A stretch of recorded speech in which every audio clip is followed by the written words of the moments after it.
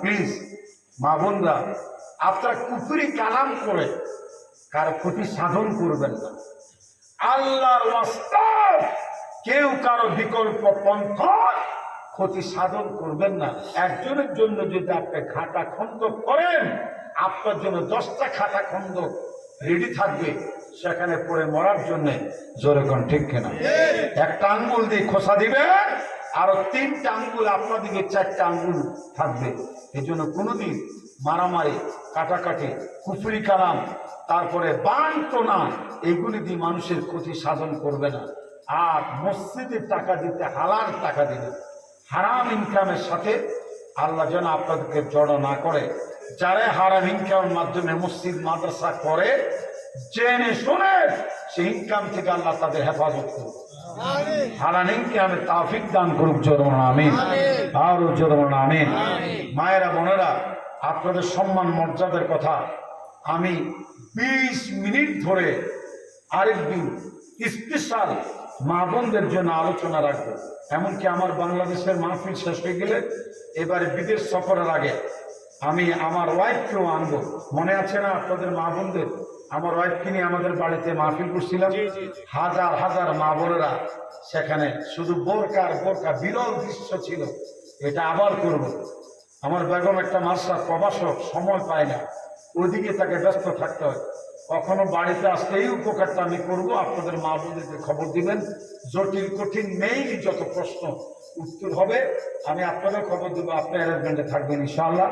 সেদিন মা বোনদের জন্য আমরা পারিবারিকভাবে ব্যবস্থা করবো। আমরা ভাইরা 3 ভাই মিলে আপনাদের সাথে নিয়ে, এবং আমাদের জন্য দোয়া করবেন। আপনারা সকলে মা বোনদের জন্য শুধু আল্লাহর হাবিবে এই সুসংবাদটা দিয়ে যায়, আর দুনিয়া কুল্লুহা মাতাউন ওয়া খায়রুম মাতাউদ দুনিয়া আল মারআতু সালিহা। আমার পৃথিবীর মাঝে যা কিছু আছে সবই সম্পদ, তার মধ্যে শ্রেষ্ঠ সম্পদ হয়েছে সাবদেশতী নারী।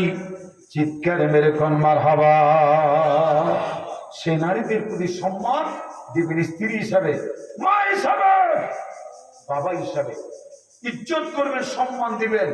জীবনে কোনোদিন মায়ের সাথে বাপের সাথে টাফারিং করতে যাবেন না। কপাল পড়বে। ফেসবুক, ইউটিউব দেখে দেখে আপনারা যুবকরা সময় নষ্ট করবে না। বিড়ি, সিগারেট, তামাক, এ থেকে তোমরা বিরত থাকো। মসজিদ বুকে হোক। আজকে যেইভাবে তোমরা আমাকে সম্বর্ধিত করেছো, স্লোগান দিয়ে তোমরা আমাকে বরণ করেছো, অতিথিকে বরণ করেছো, তোমরা এগিয়ে যাও। এই মাহফিলটা ভবিষ্যতে কালেকশন মুক্ত মাহফিল করতে পারেন কিনা দেখেন। মতিন সাহেব, হ্যাঁ আপনি উপরে আসেন, উপরে আসেন। আব্দুল মতিন সাহেব কালেকশন মুক্ত মাহফিল করবেন, তাফসীর শুনবেন। আজকে আমি প্রত্যেকটা সেকেন্ড কাজে লাগাবার চেষ্টা করেছি। একটা ফালতু কথা বলি নাই। আপনারা মুরব্বীরা চতুর্দিকে ছুটে এসেছেন। মা বোনদের প্রতি সেলুট, সালাম। আপনাদেরকে সম্মানজনক আলোচনা আমি আপনাদেরকে দেব। অদূর ভবিষ্যতে আপনারা ভালো থাকুন, সুস্থ থাকুন। দেখা হবে আবার কোনো মাহফিলে। আল্লাহ কবুল করুক। জরুন আমিন।